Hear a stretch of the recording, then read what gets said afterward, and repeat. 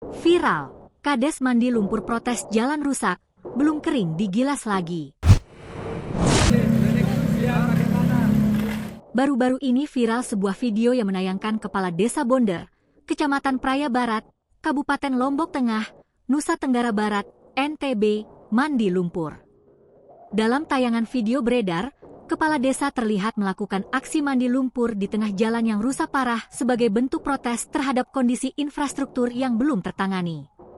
Sosok Kepala Desa Bonder tersebut diketahui bernama Slamet Riyadi atau akrab disapa Rebe. Ia tampak duduk di kubangan jalan berlumpur sambil mengguyur kepala dan tubuhnya menggunakan sebuah gayung berwarna hijau. Aksi tidak biasa itu menarik perhatian warganet dan memicu beragam respons publik. Saat dikonfirmasi, Rebe menjelaskan bahwa tindakan tersebut dilakukan secara spontan. Ia mengaku emosional melihat kondisi jalan yang tak kunjung membaik meski telah dilakukan upaya perbaikan sementara oleh pemerintah desa. Aksi kemarin itu spontanitasnya refleks karena sudah 1 minggu kita sudah kerja tambal-tambal ini belum kering digilas.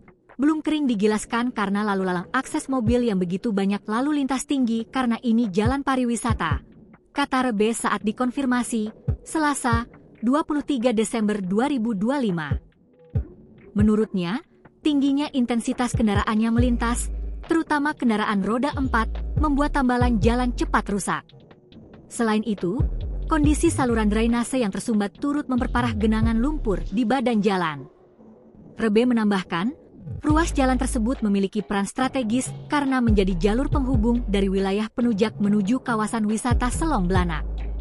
Jalur ini kerap dilalui wisatawan, sehingga kerusakan jalan dinilai berdampak langsung pada aktivitas masyarakat dan sektor pariwisata setempat. Ia menjelaskan, kondisi jalan dipenuhi lubang dan sangat membahayakan pengguna jalan. Download Tribun X sekarang, menghadirkan lokal menjadi Indonesia.